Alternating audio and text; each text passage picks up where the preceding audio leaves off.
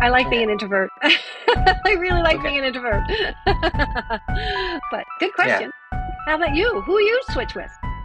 I don't know. I guess I would pick something actually bad. Like I would pick something that I'm bad at. Like I wouldn't pick you saying your thinking is like not great, it's good. I'm gonna pick something that's actually bad of mine and swap it out. Ah, So that's a good thing. I Okay, I'd probably that's a take good point. Can I change my answer? no, it's too late. No, I'm kidding. No, you can you can I say love that. No, forgot. Sorry. no, sorry, That's just we're me, past loser. we're moving past. You picked a dead man and I don't know how you're gonna do that. Uh, I am so busted. um Okay, fair enough. I don't know who I'm gonna pick, honestly. Hello, everyone. Welcome to 1000 Crazy Questions, the podcast. I'm your currently sane host, Houston Pierce. This is a podcast where we have on at least one guest a week and ask them a series of crazy would you rather questions. We get into the psyche of our guests, explore topics and questions that maybe should not have been explored. Okay, let's get into the episode this week. This week we have with us MBA holder, author, storyteller, and humanist, the Anne Riley. And if you want to introduce yourself to the listeners. Hi, thank you so much for having me. Like you said, I'm Anne Riley. I have been thinking about humans and why we've been on this earth since I was about 10. And so it took me a long time to figure out this new theory of humans and to write a book about it. And now I'm so excited to talk about it. Yeah, that's cool. When you were 10, did you go, I'm going to be a philosopher? Or was it just sort of, or like, was it more of, I'm going to make a theory? Or was it just, I thought about people? What was it? No, Did you even have a title? it was a question. I Okay. I went to Catholic school and I learned about evolution in Catholic school, which was kind of a marvel, back then. But I just was like, I read all this about animals and I see how we are like animals, but we are different than animals. But we have to fit some way. There has to be a fit. There has to be some seamless fit. And what I got, of course, from a Catholic school is, well, God comes down and changes the whole game. And we can't really see God or, we can just feel him. But I was like, I think that there's actually probably a seamless answer here. But I didn't know what it was. It was a question that got planted early, and it took me about 50 years to figure it out. And I've been, lots of things happened. I went to school and I got married and I had kids. And so there's a lot of things going on, but this has been back burner for a long, long time. And finally I was like, I'm going to write this book. And when I started writing the book, I even then didn't have a theory. I knew I had the pieces and I was hoping that by writing the book, the pieces would sort of reveal themselves to me in the right way. And that was kind of a wing and a prayer, but it did work. But it took about 4 tries before I was like, I'm on the wrong track. But I feel very confident that I have a story that you could start at the Big Bang and go all the way to humans and look at governments today and at least have a seamless path, a through line that goes all the way through. Yeah. Admittedly, have not read too many like human theories before jumping into your books, but how many did you go through when you start? Like, how much background research did that take? Well, there aren't very many books. I mean, if you, go and look up human theory, they're like, well, it's a mixture of sociology and this and that and the other thing. So there wasn't really anything to work from. But the book that was my foundation was a book called Bionomics, which was a book by Michael Rothschild, which he wrote in the early 90s. And what he did was he compared economic systems to natural systems. And he put them together and he said, if you look at how natural life works and you look at how economics works, they're very similar. And he went through and gave me so many ideas, but then he came at the end and said, competition is the only thing we can really do. And I was like, what? Wait. You gave me all these other tools. You gave me all these other ideas. And then you just pop out with a portion of them and say, this is the answer. And I was like, but the book was brilliant. It was brilliant. What I came away with from that book was, well, if economic systems are like natural systems, then humans must be like natural systems because we were the ones who created economics. So that's what I went for. I went for that link and I started putting it together, and it took a while, but sure enough, the way natural life works and the way humans work, if I kind of rearrange them, they are actually parallel. They work the same way, but they work at different levels. And once I got there, I was like, oh, got it. I know what to do now. So but it's complicated because you have to go back and start with life and DNA and RNA and look at how it all works. And then you have to translate it for humans who do weird things. True. Yeah, the one thought I had too, or not one thought, there was a lot, but one thing that kind of stuck out to me, and I granted, I did read your intro too, like where you're like, Okay. hey, this is like, there are gaps here. If you pick apart every single piece, like this is not, it's not how it works, which I think is a really good way to start any book. Right. But, right. Disclaimer, but a big piece that was kind of like a thread that was like, well, what if you pull on this was like this whole spirit thing, like arguably it's still it's a question, Right. like if that exists, but like what is consciousness? What is the mind separate from soul? Right. Is there even a difference? If you took our mind and put it in a robot, would we be the same? That whole deal. Right. And so that kind of muddied up the water a little bit in reading. I mean, but like it didn't, not to say like it took apart anything. It really did. I'm just saying it's a thread that if you pull, it would. Have you gotten that? Yeah. I haven't very much because what I distinctly did was not go to the soul and talk about it because I'm looking at sort of the way history works and the way animals have evolved and humans have evolved. Once we create ideas, they're not physical anymore. And so your ideas that are not like, they can be ideas about the soul. They can be ideas about religion or philosophy. They can be ideas about the color of the sky. It can be anything. But the ideas themselves are not physical. And so you start working into a non-physical world. And I tried to corral it to as close to the physical world as I could. And I didn't talk about emotions.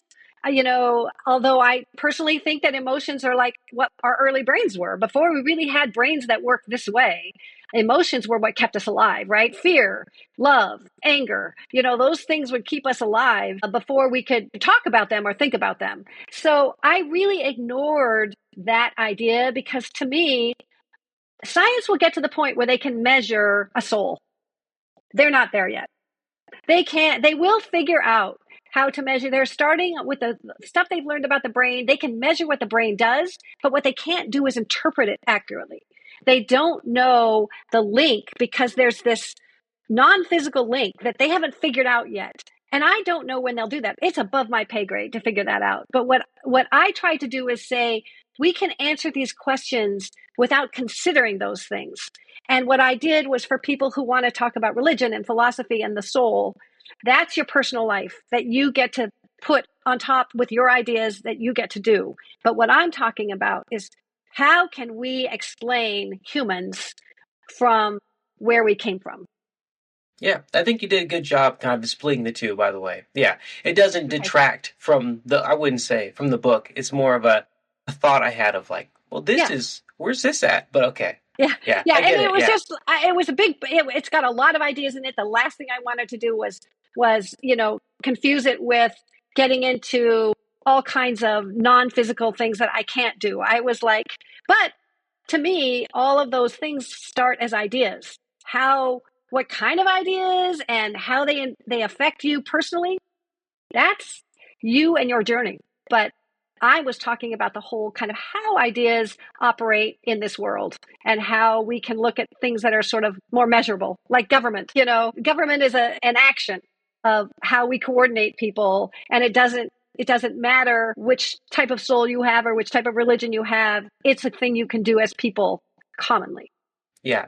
No, it's pretty smart philosophy, honestly, to tackle it that way. Yeah. Okay. I get it. Yeah. Yeah. It's just my job to just throw questions everywhere, I guess. Yeah, I like it. Yeah. I love it. Speaking of which, there are 2 rules to this game/conversation. Rule number 1, you must always answer the question no matter what. If you honestly have no preference towards one or the other, you say the phrase, flip a coin, and we move on. Rule number 2, whoever asks the question doesn't have to answer it if they choose not to. These rules exist because as questions become harder to answer, these rules become harder to follow. This episode will be a Blue Band episode, so you can stay and listen to it if you're a kid or if you're, I don't know, have sensitive ears. But the Red Band episodes exist. Go check them out. They're just a raunchy version of this podcast. They're both insightful, fantastic. I recommend them both. But otherwise, just stay right here since this one's for everyone. And I want to remind you if you have any questions, I can't speak. Any different questions for me, you can throw them back at me. You know the rules. I have to answer them. And Sure. I say it all the time, but every time it's true. This is a hypothetical type podcast. So if you're offended, sorry, you can at me. I may or may not respond depending on how I feel. You chose to listen to this at your own peril or pleasure. I don't know. And yeah, lastly, before we begin, is there anything you'd like to ask or declare? Are there any inherent judgmental biases you may have? Yeah, I think we all carry biases. We don't come from nothing. We are born with ideas, and I make a point of this in my book. We are born with absolutely no ideas. And the minute we're born, people start putting ideas in our head. And the ideas that we get form us as people. And so, of course, I have biases. I try to recognize them, and I try to, think through. I use some couple of techniques to look the other way, but they're there. They're in there. And every once in a while, I'm like, oh, I was thinking this. And it's not right, or it Yeah, needs to be explored. they're unavoidable. Yeah, it's Right. part of who we are. Yeah, Right. I get it. Yeah, and we'll find out what they are, I guess. Yeah, Yeah, you probably yeah. will. But it's an honest disclaimer. I would agree. Right. Okay. Right. First question: would you rather never be able to wear your favorite color again, or only be able to wear your favorite color from now on, like in how you dress? I would prefer to wear every color. And then that would be not my favorite color then? Any color but my favorite color? Never be able to wear your favorite color, so you can pick all Right. the other ones. Right. Yeah. So you rather pick that first one? Okay. Yeah, I would because I get bored easily. So I need another color even if with my favorite colors. I need a break. So I would definitely choose that one. Cool. It begs the question: what's your favorite color? Purple. I love it. Purple. Yep, purple, violet, lavender, all those things. My favorite. Okay. You That's can see back here my wall. I don't know if you can see it. It's mostly yeah. purple paint and marker. No, I was noticing. Yeah, it's a nice wall. Yeah, it's my favorite quotes. Keeps me humble. Purple's good. There's not a lot of purple clothes, I don't think. It's not like a black or a red or a blue, so it can cut that out Right. pretty easily. Yeah, exactly. Yeah, smart ant. I like it. I couldn't, for the record, I'd pick that one too. Yeah, because if I wore only blue, which is my favorite color, I'd be sick of myself. Exactly. It's obnoxious. Yeah, it's like, really? It's like Yeah. eating the same dinner over and over and over again. It's like, really? Yeah. Wherever I go, I'm wearing blue. I'm at a funeral, it's dark blue. I'm at a wedding, and I'm in my blue. Here he comes. Houston in his blue. Anyway, that'd be just awful. Yeah, that one's actually easy. Yeah, Dang that's it. pretty easy. Thanks. Dang it. I like it. You started me off easy. We'll see if it gets harder. Speaking of which, would you rather be able to vividly relive memories whenever you think of them, or see one day into the future? You can only see one day every day, like into the future. Oh, I would definitely like to see one day in the future. Really? And not vividly remember my memories, because some of them. So I grew up one of 12 children, and I think I was pretty embarrassing to myself for the first 40 years of my life. So if I don't remember those, that's okay. I'm good with that. But it would be really interesting sometimes to know what's going to happen tomorrow. I'd plan a little better. I mean, yeah, it's undoubtedly useful. I'm just a little shocked because of Dina in the book, or is it Dinah? Is it? I was calling her Dina in my book. I call it Dina, but other people call it whatever they want. Yeah, when she was going through her episodes of going, Yeah. I was like, oh, that's really neat. Yeah, that's a concept right there. And so it seems very useful to, like, if you have to recall anything, to be able to vividly re-see what happened to you. So Yes. Well, and I make a point that, when we experience things, that is learning. But, I guess my memory isn't that great about remembering things accurately anyway. So I'm like, it's okay if it's not that vivid. This would help. I can function. I mean, this would help that. I mean, you can relive, I don't know, your wedding day or something like that. Some nice memory, Yeah, that's true. But overall, although I think that, like I said, I make a point that every creature on Earth learns, and they learn by if the definition is accumulate experience. And what animals do is accumulate experience in their DNA, right? And then that is their library of which they survive. Well, we have it a little bit different because we can think. So we have to we have all of our natural library to survive, but we have the ideas that we learn and we accumulate experience there. And those, again, we have imperfect memories, so we don't always, recall things accurately, but we have lots of tools to help us recall things. We can use videotapes. We can use, we have lots of ways to get around non-accurate, vivid recollection. Yeah. It's a lot, honestly. It's hard being human. Oh, That's my mom, my sweet mom, passed away a couple months ago at 102. She used to tease me and say, "Oh, honey, the first 100 years are the hardest." That is great. That is, I love that. It's good. That's hilarious. I use it all the time. Yeah. Oh man, those are the last 2 years must have been awesome. She was fantastic. Yeah. She was sharp up until the end. Just at 102, her little cells finally just said, I can't do it anymore, Yeah. And she did pass away peacefully, and we were around her, and it was as good and on her terms, which is as good as those things can get, even though they're really, really hard. Yeah. Well, sorry for your loss, but also thank you. Congrats to your mother for 102. I know. She was awesome. She was awesome. And she had 12 kids too, and she was smarter than all of us put together. It was like, we didn't get away with much. And I was like, Mom, you're 102. I still can't get away with anything. That's insane. Okay. I think I may know the answer now to a question I'm about to ask you. Okay. This one's kind of open-ended, but if you could trade any non-physical characteristic with anyone you know or have met, what would you give away / trade, and what would you keep? Non-physical characteristic. And who would I trade it with? Yeah, what would you trade and who would you trade it with? The past thing you just said gives me like a buttload of ideas, but this is for you.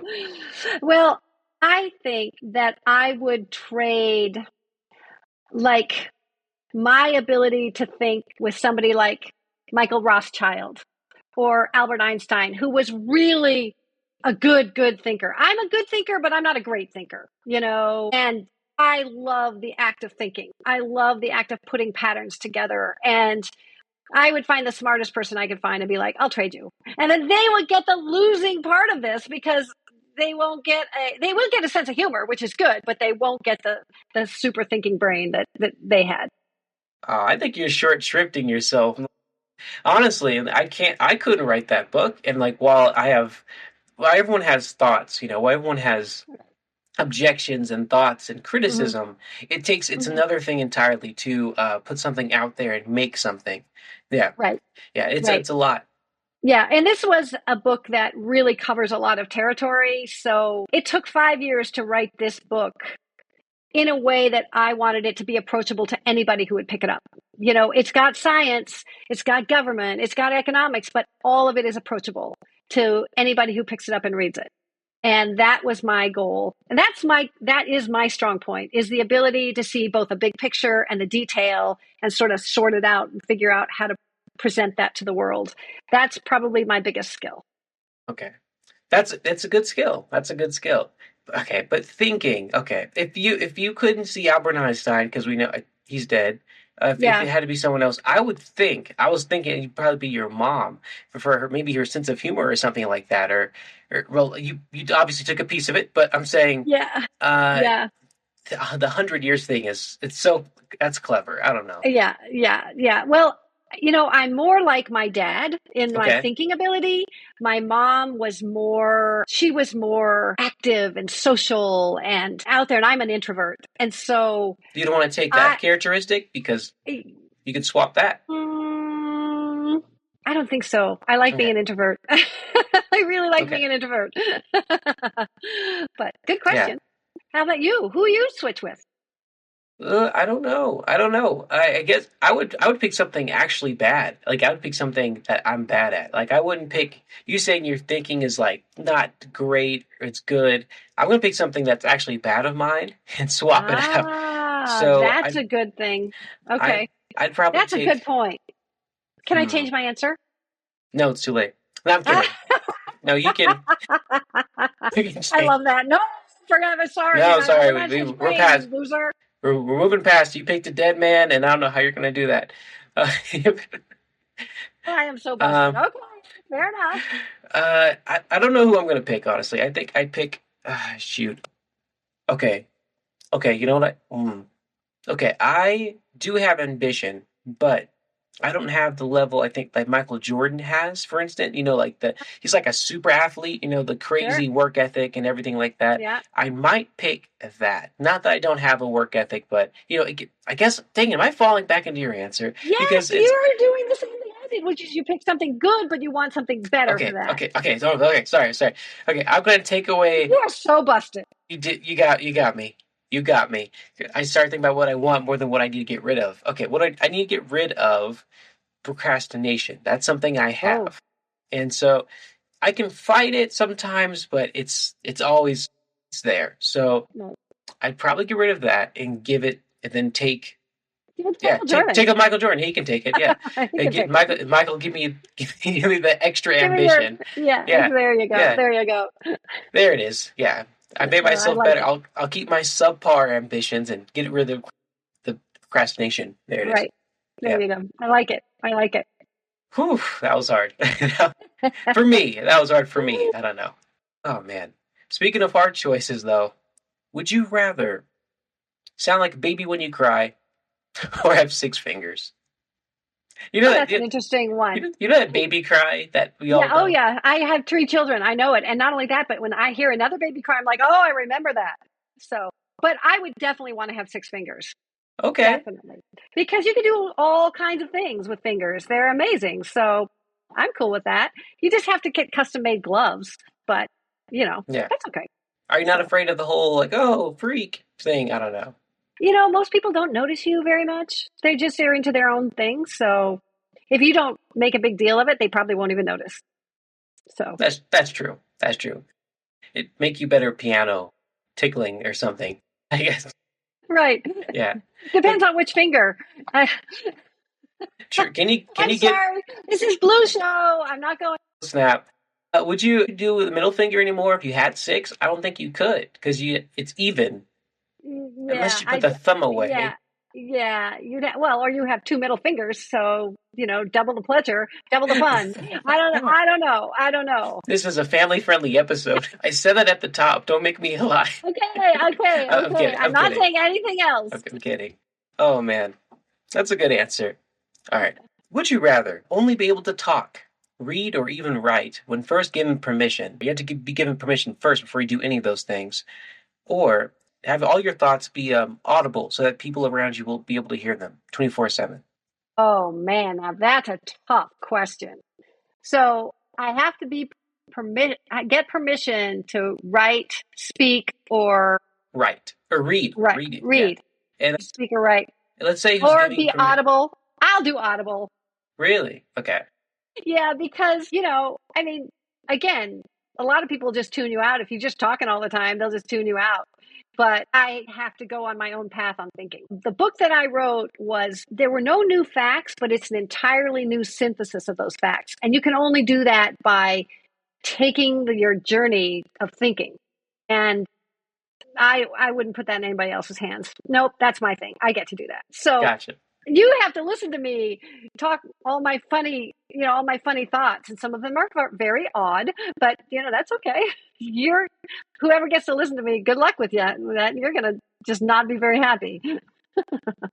I guess so, but it's more of the everyday isms of this Right. audible one. Like you're in an elevator, someone walks in, oh boy, man, this person stinks, and like they hear that and they look at you like, oh, sorry, you heard that, and like your mouth isn't moving and they could just hear, and you're like, yeah, this is me. I'm talking to you, like they can hear. Yeah, I think that I would develop a disclaimer very quickly. Well, I just say things, so if you hear it, I apologize in advance. You just think things. It's like, this is my mind. Yeah, exactly. Yeah, I'm not a terribly mean person. Yeah. It would be more an observation than a judgment. I really dislike judgment as a general rule. I hated it when it was done to me, and I hate doing it to others. So if you're going to hear me, it's just going to be more observations anyway, because or something funny, because I like funny stuff. Yeah. Okay, that makes sense. That makes sense. If you're not too worried about your unsolicited thoughts being damaging, you're like, Right. okay, I'll let them through. Right. Yeah, Right. maybe it's just me. I have terrible thoughts. Oh. I have a big filter, and not a lot of people know. Like they'll Okay. meet me and like, oh, he's quiet. Yeah. No, I just do a lot of talking inside. yeah. If there was a mic up here, not that I'm a judgmental person. I'll say that. I try not to judge. Everyone has reasons for how they are, what they do. Right. But it's just Right. but honestly, the thoughts that go through my head are not cool. So Yeah. that's why I have this thing. This is why this podcast exists. Yeah. But well, I think I grew up, like I said, I was the 11th of the 12 kids in my family. So there was a lot of, that's a very intimidating position to be in as a child. And so I learned very early to sort of get a lot of stuff that wasn't great. And kids don't have filters, so you get it directly. And I learned early on that I didn't like that. I didn't want to be that kind of person. So I think it comes from a long history of experience that says, I just don't want to be. People are too interesting and different. I like to hear what they have to say, and I like to hear what they're doing rather than me just telling them or judging them. So and that just comes from being, and along with that position in my life and the kind of experiences, I was very insecure for a very long time. And that does shape you. That's probably why I'm still an introverted person, is because I grew up with that great insecurity and I had to sort of work my way past it, which was hard. But it's made you, I don't want to say a better person, but someone who's more in control of their thoughts, and that's how they are. That's a far more stable person. I'll at least bet that's far more stable than someone who just lets I would describe it as empathetic. I try to be empathetic because I don't know. I know my journey was hard, and I bet that other people have had hard journeys, and I'm not going to make that journey worse. My job, and I've decided in my life, is to make journeys better, not worse. Yeah. That's a good, I don't want to say philosophy, but that's a good philosophy to have. Yeah. Speaking of good philosophies, this next thing is not a question. This is like a game type thing, I guess. Okay.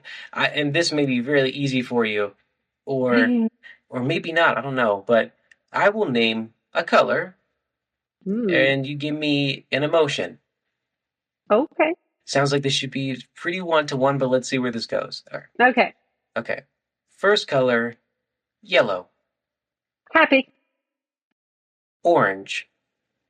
Orange. I would say sort of like, be careful.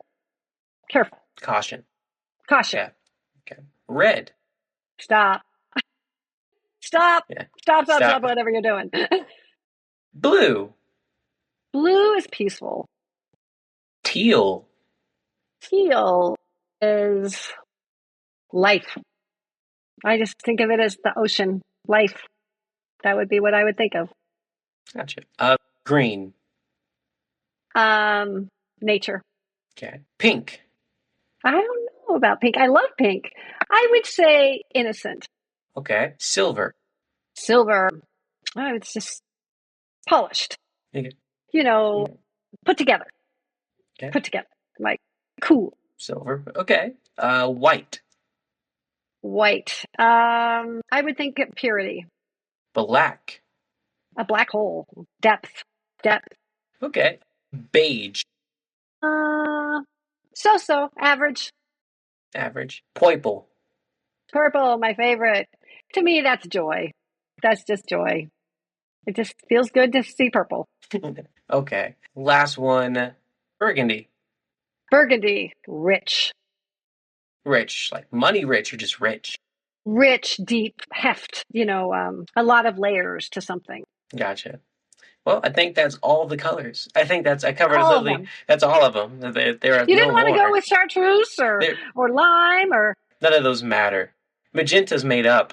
We can't. Yeah, exactly. But I like magenta. So yeah, it's a. I like all of them. Yeah, interesting answers. You put a lot of thought into those. Those are just good colors. Yeah, they're just. I think I do. I'm not a visual thinker, but colors I respond to sort of viscerally. Emotionally. So, yeah. Yeah. Gotcha. Is there going to be a theory of colors book later that we can expect? No, not me, but there are Okay. theory of colors books out there. And I'm always like, oh, that's interesting. That's interesting. But, I don't have time to read those things because they're like, I don't know. I'm not an artist at all. I'm prose. I'm not poetry. I'm prose. I'm logic versus creativity.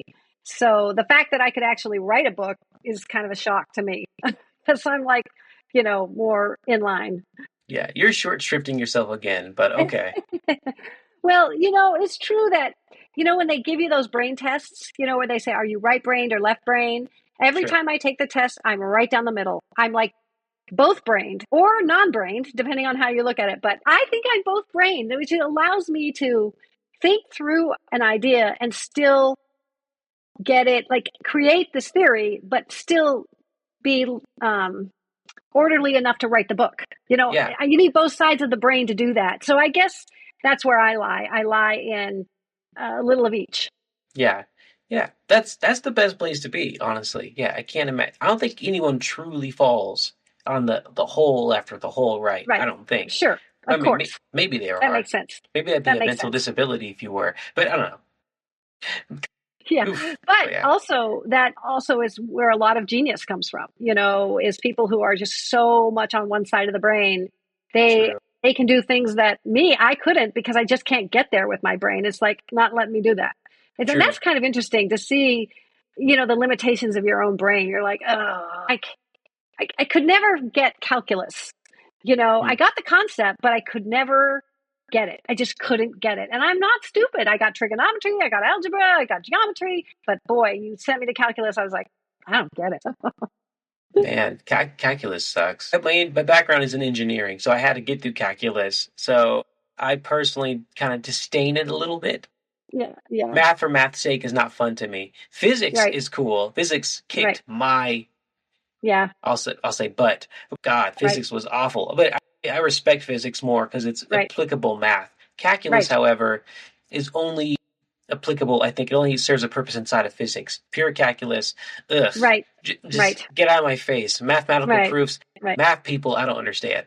Yeah, I'm more of a hands-on guy. But yeah. Well, again, I'm with you there because I can't think that esoterically, I guess is the right word I want to use. It's very abstract. It's very, it's very, it is because it is. Like, what? Well, how does it apply? It doesn't apply right now. It applies in the space it's in. Right. It's just learn the formula is what I taught myself. I just learned how and then ignored why. But it was such right. But I learned from the why, so that's where I get screwed up. I'm like, but I need to know why you're doing this. You can't stop asking that. Like slap. Stop it. It's math. Well, what kind of engineering did you study? Mechanical. Okay, that's a nice skill to have. Thanks. Yeah, I'm not really using it right now. That's okay. It's back there. No learning is ever without benefit, ever. So yeah, I would agree. Speaking of learning, would you rather live in a world with no technology past the year 1950, or live in a world with no animals? Oh, just people.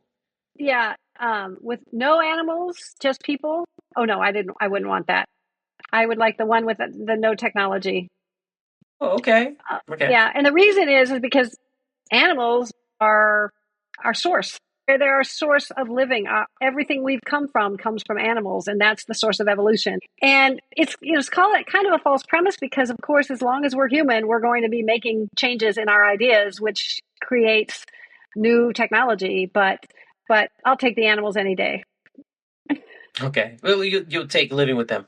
I guess. Okay, but modern day animals, outside of us eating them and which I don't do anymore. Can't do it. Oh, okay. Can't do it. Well, this. Okay. Well, yeah. Okay. Well, I guess that wouldn't even affect you. But without eating it and not using them as pets, they don't serve too much of a purpose outside of just sharing our planet. So, do you just have an affinity for them or respect, or what is it? It's like, yeah. Oh, that's such a great question. But this Earth is their home. The Earth isn't made for us. We are just one species that happen to evolve, and the Earth is a product of all of these animals surviving all of these years and converting into different animals as they evolve. And we came from them. And if we are not good stewards of our planet and happen to self-extinguish ourselves, they will be there. All of them, life forms, plants, animals will be there, and we won't. And we'll lose the ideasphere that I talk about with all of our ideas, but the life will go on. So I see animals as an integral part. They don't serve a purpose any more than humans serve a purpose. We are just here. We live here. They live here. We share this planet. We have not done a good job of sharing it the way they've shared it, before humans came. But so if I want a choice, I would rather have less technology for humans and give us a chance to share the world better in a more holistic way than I would to destroy or not have what have been the most successful creatures on Earth. Yeah, I hear you. I like it. I like the answer. Thanks. However, have you seen the movie? I think it's called Yesterday, where this guy wakes up and everyone forgets the Beatles. I don't think I saw the movie. It was there was trailers for it, but this guy wakes up in a world and the Beatles don't exist anymore. The band, Beatles, don't exist. And he's the only one who remembers them. He starts singing their songs and it gets popular, and he pretty much plagiarizes a band that doesn't exist in a world where people just forgot the Beatles. I bring that up to say, if there was a tomorrow where we woke up and you were the only person who remembers these animal thingies, I mean, and everything's on it, and we're just kind of going on life. We've always it's always just been us, Would you be sad? I mean, I get what you're saying, but if you're the only one that carries the memories and everything, and people seem to be normal, and we just don't have animals anymore. Everyone's a vegetarian or vegan or whatever we're doing, plant science-based meat, whatever it is. But would you be saddened by that? What would you? Yeah. Well, yes, but more importantly, the animals are the connection we have to our own existence. We humans are 32% identical or similar to yeast. Our DNA is 30% like yeast, we are 70% like fish, and we are 99.9% like apes. So we didn't come from nowhere. The concept of humans as being separate from the earth on which and the animals that we live and the plants we live in, no, we are just in the latest extension.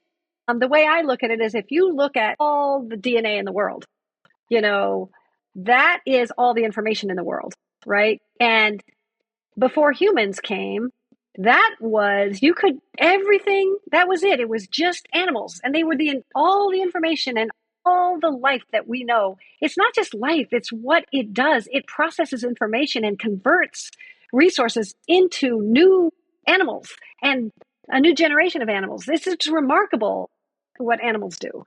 And we are just, that part of us is exactly the same as animals. We've just added this level of complexity by being able to think and choose which actions we want to take and make stuff. We can make houses and clothing, and animals really don't do that. They can make some nests or everything, but that's because they've evolved to make nests. We can make a 3-story house made out of the best stuff, and we can turn around and make a teepee. It's a different world we have introduced, but animals are our basis. And even if all the animals went away tomorrow, they're not going anywhere. Those little one-cell things, microbes, will just start over and start doing it again. They will. That's what they do. So you're saying what they do. We'll get them eventually again, even if they were gone. But you wouldn't feel saddened. You'd be like, "Oh, we'll get them back," is what you're saying. No, because it'll take billions of years. I'd be like, "No, this is a stupid choice." You'd be pissed off. Oh yeah, I'd be like, "This is all wrong. You humans got it all wrong." Well, you're the only one who remembers them. It'd be like what's wrong? Right. Yeah. Right. And I could write a book and people would be like, "You're crazy. What have you been smoking?" I was like, "Some mushrooms, something was somewhere." Yeah, we came from this thing and we're here now. All this other these creative creatures you have quite an imagination. It'd be like that. Yeah, exactly. Because really, our cells are very identical. The way we're shaped, I mean, we have two arms, we have two legs, we have a head, we have eyes and nose. It's just like it's like a tiger or a dog or a cat or a puppy, we share so much. We are far more similar than dissimilar in this world. So I would feel a great loss if we lost our animals. Yeah, I got you. I feel lost too. I get it. But not to get into the weeds, because this is an open-ended answer, but what are your thoughts on manifesting ideas? Like, as the Ideasphere, it's kind of like the connection of things, sort of an economy of ideas. But what are your thoughts on literally someone manifesting? Have a weird. I think that's the right term for it. When someone goes, if you think about it long enough, if you go, I'm going to be an artist, I'm going to be an artist, I'm going to be an artist. Since you're a kid, and let's say you didn't really have the best artistic skills, but that's what you thought, that's what you go for. And one day you become an artist. People call that manifesting. You just say it enough, things will happen that put you on the path. Do you believe in manifesting, or is it kind of a consequence of the universe? Well, I think that our superpower is choice, and we use the ideas we create and choose which ones we want to act on. Manifesting is one mechanism for presenting an idea to yourself and choosing to prioritize it. And there are lots of ways. I mean, when you go to school, you are basically, when I was a kid, I went to school and all the teachers and all the other kids are putting ideas in my head, about how to do math and how to add things and how to do phonics and what does that CH sound like, or, whatever. So we are idea people, and manifesting is a really great way. It's like a focused ideas. It's like you're taking an idea and I'm focusing it and I'm going to make that happen. I'm going to make actions that follow this idea that I keep manifesting because it's important to me. I'm putting it in the front of my mind and I'm manifesting it. The opposite of manifesting would be something like addiction, where an addiction is that you cannot control what your mind is doing or what your actions are. You can see it, but your body is not able to control the ideas that you get and put them into action in a different way. So there are so many ways ideas are processed in the world. And you've just, I named one, you named another, but there's a million of them. Learning, reading, listening to music, all of these things are idea producers, and they are creating the subset of ideas that you will make your decisions on and make your actions and then produce your life. That makes sense? Yeah, no, that makes sense. I'm picking something out down here. That's why my eyes keep going. Okay. But no, sorry. No, but no, it makes sense. It's like manifesting is just, it's real, but sort of just focusing on something. What would you say about, I guess, radical manifesting? Sort of like the people who, I'm thinking of a spider. Coming up, like, let's, for instance, there's going to be what if there was a spider behind me? What if there was a spider behind me? What if there was a spider behind me? What if there was a spider behind me? And then all of a sudden there's a big spider that comes like crawling down. This feels creepy even talking about this, but if one came crawling down from my ceiling just now behind me, and it was just in frame, and people go, "Oh, you manifested that spider." What are your thoughts about that type of manifesting with like things that are not in your control? You thinking about them so much they're attracted to you, or it happens? Yeah, I don't know the answer to that question. It's a very good question, but what I know is that our ability to think is very not understood well by people. I think that there are all kinds of powers, all kinds of energy and non-physical things that happen that we just can't measure yet. So, and when you're saying that, maybe what you're saying is somehow in your experience, when you kept thinking, just somehow something in the back, my memory, this spider thing is really bothering me. Like, I think there's, either, and you don't know, it's not like you say, I have experienced having a spider come down the ceiling several times in my past, and I just feel like that might happen again. It's not like that. It's not. It's a feeling. It's an energy sense that is not related, but somehow it becomes, in a way, powerful that we don't know. We can't measure it. We can't explain it. We don't know. Our science is limited, and so on those things, I'm like, I don't know. I have an interesting story. So several years ago, I came back to live closer to my mom and dad. And my dad had a stroke, and he was sort of in a kind of a long-term care facility. And when I would go visit him, I would play his favorite song, which was The Strawberry Roan by Marty Robbins. And he liked the song and he would sing along and he would really respond to it, And I always played it on my iPad and I would be like, hey, hi, Dad, and he'd kind of, do that. And it was great. And then when he died that night, all my siblings were sitting around kind of just being together. And my iPhone goes off with that song. I never played that song on my iPhone, ever. But all of a sudden, there's this song, my dad's favorite song, an hour after he died. And I'm like, I don't know what this is. There are things I don't know. There is energy that moves that I don't know. I just don't know. I can't measure it. I can't explain it. I don't know, but I know what happened. And I didn't touch my phone. I pulled it out of my pockets in the middle of the song, and it's like, what? So to your answer is like, there are things we don't know. And someday maybe we'll know them. I don't think we have the tools right now to know them. So I just have to say, there's a place where I just have to accept them. I'm like, okay, that happened. I can't explain it. I won't explain it. There it is. So, And I would say manifesting your spider might be in that department.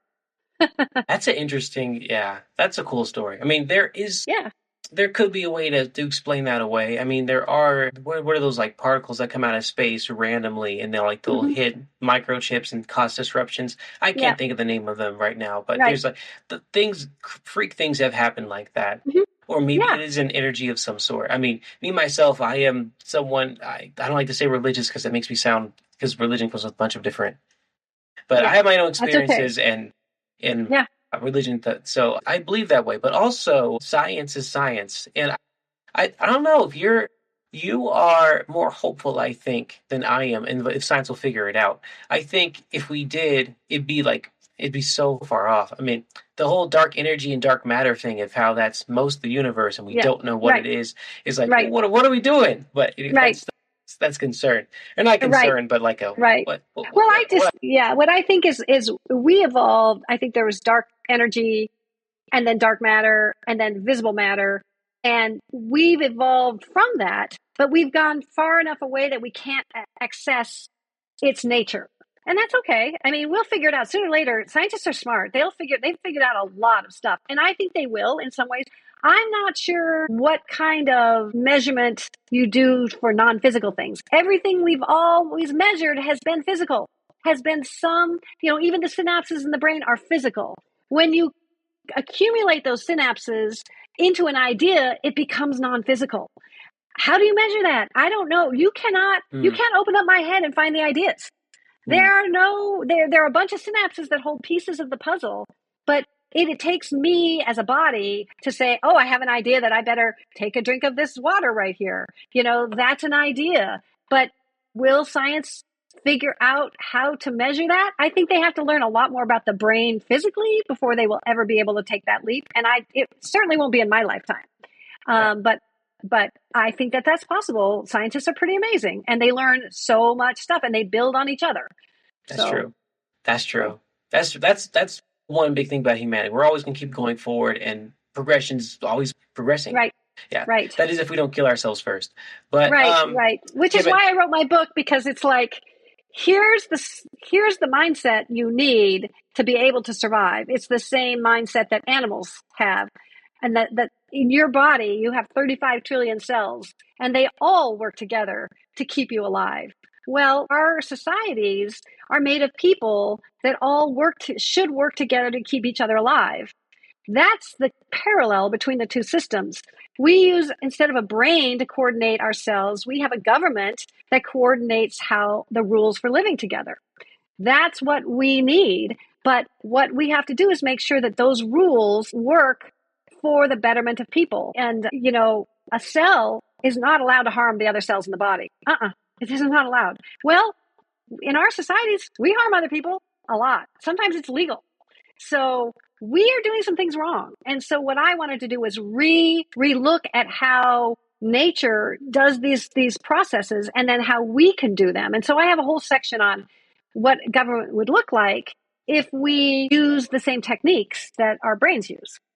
It's a never ending problem. Like the body always getting sick, or cells Mm-hmm. hurting each other. It's like a cancer. You kind of Mm-hmm. it happens, and you have to kind of deal Yeah. for it. And the governments account for that too. But yeah, Right. Right. it's a really, it's honestly, it's a smart parallel. I get it. Yeah. Yeah, Yeah. yeah. Well, and cancer is a very interesting one because that's when the cell fools the brain into thinking it's really a good guy when it's a bad guy. And if it's bad enough, it'll kill the body, but that's the thing. The body will then die. We can have a bad cell who can go along and do bad things and fool. You could say, that a person could fool somebody into saying we're doing what's really good Or when they're multiple actually, people. yeah, Yeah. multiple people Throw a kind of party. maybe like the administration that we have right now, perhaps. Yeah. But what happens is you can fool people into saying, oh yeah, we're doing a good thing when it's a bad thing. And we as people have the ability to change course. We can say, nope, we don't want to do that. That's a certain thing. Whereas the body can't do that. The body says, oh, I got fooled. I'm dead. We say, oh, we got fooled. We can change administrations, or we can change who does this or who does that. We can do that because we have choice and we have the ability to switch our actions if things are bad. Hopefully. Oh man, I agree, but it's like that herd mentality thing. If some of us will go, well, this needs to change, but if majority goes no, then it becomes a democracy. Right. Democracy can kind of turn into we can die. Right. The human, yeah. I think it's because we don't have. In order for a brain and a body to survive, all the DNA are the same, right? And they all have one goal, which is for the body to survive, for the cell to survive. But we get to choose our goals. So we don't have one goal. We have to decide on what our prime goal is. We should get one goal and we should all agree on that goal. And then we live our lives and create our rules according to that goal. And in our Constitution, that's kind of what our Constitution did, but it's not exactly clear. In my book, I make the point that the goal should be that we want to maximize the choice that people have because that's what makes us human. We like to choose. But we have to minimize the harm we do to each other or not allow harm we do to each other. If everybody gets to do what they want, but they can't harm each other, we would be able to coexist. We don't have to like each other. We don't have to love each other, but we can't harm each other. Then you are in a society which coexists. That's the key, the prime directive that is equivalent to the prime directive in a body that we need to start thinking about. And we really don't have that. We have a lot of ideologies, but we don't have one prime goal. And I think that if you really talk to people and said, would you like a world in which you could do what you want, but you couldn't harm anybody else? And remember, they get to do what they want, but they can't harm you either. I think most people would say, yes, I'd like that. But we're not there yet. It's really hard to start this conversation, but this is what I want to start. Yeah. This is where I want people to say, yeah, how does the world look if we do it this way? Yeah. Very ideal. It's very ideal. Yeah. And ideally, we'd have a lot more time, but we're nearing the end of it. But I want to end on a lighter type question. Okay. And just because, but yeah, because we went in a bunch of different directions. Yes. I want to ask you this real quick. Would you rather take a trip to the Twilight Zone, if you remember that show? Mm-hmm. Oh, I remember. Or have your life be a musical for a week, where everyone starts singing, even you, or just about what they're feeling, what they're going through. Oh my gosh. So my little sister wrote a musical about my mom's life. So I definitely want the musical. I want my sister to write it. Yes, I make up songs all the time. I would.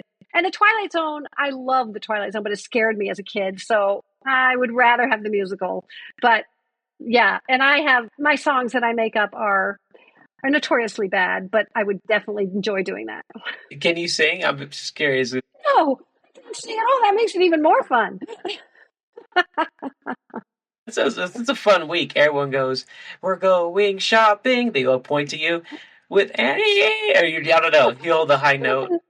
That's right. I can't even think of a good, funny line, but I would definitely go in for the musical. Definitely. Nice. Rodgers and Hammerstein, I am not. It would more be like Dumb and Dumber, but that's okay. It would be fun. If it's fun, yeah. Yeah, I can't do it. I'll pick the Twilight Zone any day. I can't do music.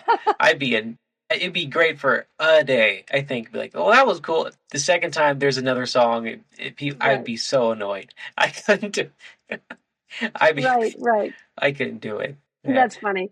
Well, the Twilight Zone scares me because they don't have any rules there, and things happen. And I'm like, whoa, I'm not sure I'm ready for that. I can't even watch you're familiar with Black Mirror. I can't watch Black Mirror. It's just too, Really? It freaks me out too much. Yeah. I think Twilight Zone's better. My husband and daughter watch the show and say, we think you'll be okay with this one. Because I'm like, I can't watch it. I just can't. So I don't know what it is. It's the illogical jumps. It's Yeah. And they scare me because it's like, I can see how that reasonably could happen, and that's just scaring the what out of me, that people would be like that. I guess I don't know. Black Mirror, they'll introduce a concept, and I'll be like, oh, so this is gonna happen, and then down the show, yeah, oh look, surprise! The thing that if you thought about it for 2 seconds, happened, guys. Yeah, and like I was slap the characters, like, how do you not? Did you just take a second to think about this? It's a bad idea, or you should put some guardrails on. Like, but sorry, that's my form with it. I'm always the guy who's like, it's not scary for that reason. Twilight Zone, though, I love. Yeah, it's always. Yeah. Well, I think the thing is I was born when Rod Serling did the show way back, when I was a kid. And so I was little and it scared me, and of course all my older brothers and sisters liked it and called me a baby if I was scared. I was like, oh no, I'm not going near. I love Rod Serling, but I'm not going near that. Yeah. You'd rather sing. I get it. Yeah. Oh yeah. I will write a musical about Rod Serling. I'd watch it. Yeah. I will put a musical song in my week of musical about Rod Serling. Oh, you bet. It's a great song to hear, and that's a great place to end it. Thank you so much, guys, for listening to this episode of 1,000 Crazy Questions. Tell your friends and stuff. Hey, Anna, hand the spotlight over to you. Is there anything you want to plug or tell listeners in general? Yeah, my book, The Human Idea, I'm actually doing a second version already. I wanted to make some changes, so the current book isn't available, but will be available maybe by next month. But I have a website called thehumanidea.com, and you can go there and kind of look at what I'm thinking about and catch up. I'd love for you to read the book and expose yourself to this new idea, and I'd love to see what you think about it, because change has to occur from each of us. And I want people to have this idea in mind as part of their change. Well said.